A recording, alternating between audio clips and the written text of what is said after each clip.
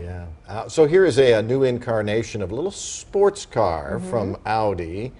Car critic Ed Wallace was not a huge fan of the first iteration of this car. Well, Tim, it was almost 20 years ago when I brought the first Audi TT over here, and when I got in it, it didn't particularly drive well. The suspension wasn't all that.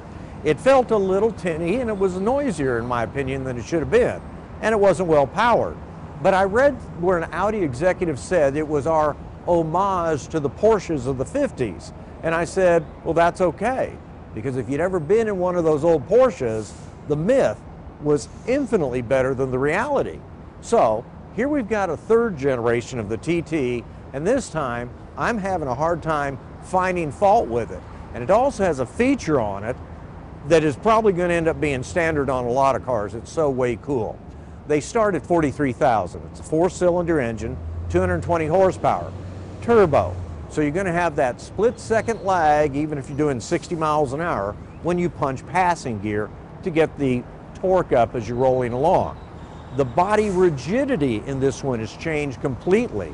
It feels rock solid, infinitely quieter. The suspension on it, wonderful for driving around and having fun. When you go to the inside, it's pretty Audi-ish. And you can't see it because I don't have the engine running. But you can see that it's got a pretty wide digital dash in front of the steering wheel. And guess what? That's where the navigation system is. You literally just glance down and you can see the navigation, and it's 8 or 9 inches wide. It's absolutely magnificent.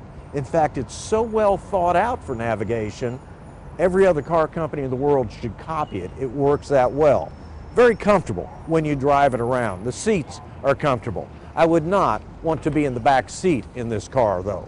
And then it has the relatively small trunk in the back. But as I said 18 years ago with the first Audi TT, this is the car you buy your blue jeans and t-shirts, throw them in the back, and go see America in it. So everything about this Audi is vastly improved. And as a little sports car, I've actually loved it. Could have used a bigger gas tank, because you kind of burn through the gas even though you're getting great mileage fairly quickly. Again, they start at 43. This one's barely over 50,000 with everything on it. And again, wow, this should have been the first Audi TT instead of the third one. With that, y'all have a good weekend.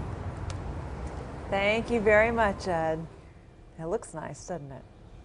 It is 7:27. You can listen to Ed on 570 KLIF tomorrow's Car Columns always, and Saturday's Fort Worth Star Telegram.